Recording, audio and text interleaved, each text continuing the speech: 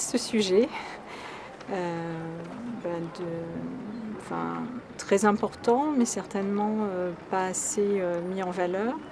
Alors nous, au niveau du lycée, on a essayé depuis plusieurs années de faire des choses. L'année dernière, on a proposé aux élèves le film Demain. Voilà, on a travaillé dessus. Maintenant, je pense que c'est pas évident. Il y a encore beaucoup de fausses idées dans la tête des gens, dans la tête des jeunes aussi, et des moins jeunes. Et je pense qu'il y a un grand travail pédagogique à faire. Voilà. Sûrement un avenir obligatoire.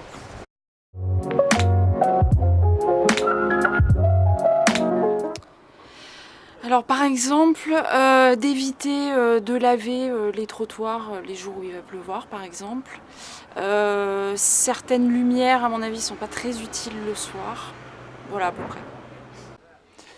Je crois d'abord peut-être réduire la circulation, qu'il y ait beaucoup moins de gens qui ont la moindre occasion de prendre leur voiture pour accompagner les gamins à l'école par exemple. Et puis accentuer la communication pour informer les gens des risques que l'on prend si on continue à vivre de cette manière-là.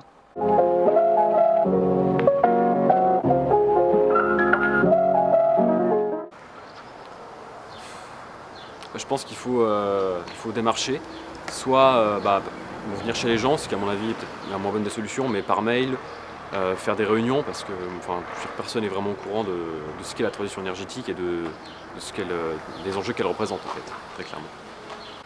En organisant un peu plus de réunions, faire des rencontres telles que celle d'aujourd'hui, afin qu'on puisse échanger entre nous et profiter des expériences réciproques des uns et des autres.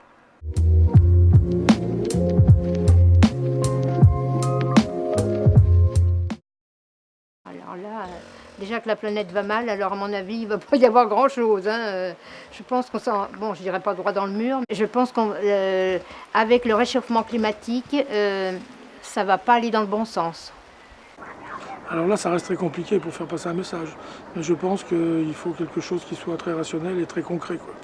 Qu'on fasse voir aux gens, effectivement, au bout de tant de temps, voilà ce que devient ça et où sont les risques. Voilà. Mais c'est vrai que de leur en parler, ils n'ont pas conscience. Il faut qu'ils le voient. Vous allez voir, ça va être un sacré problème.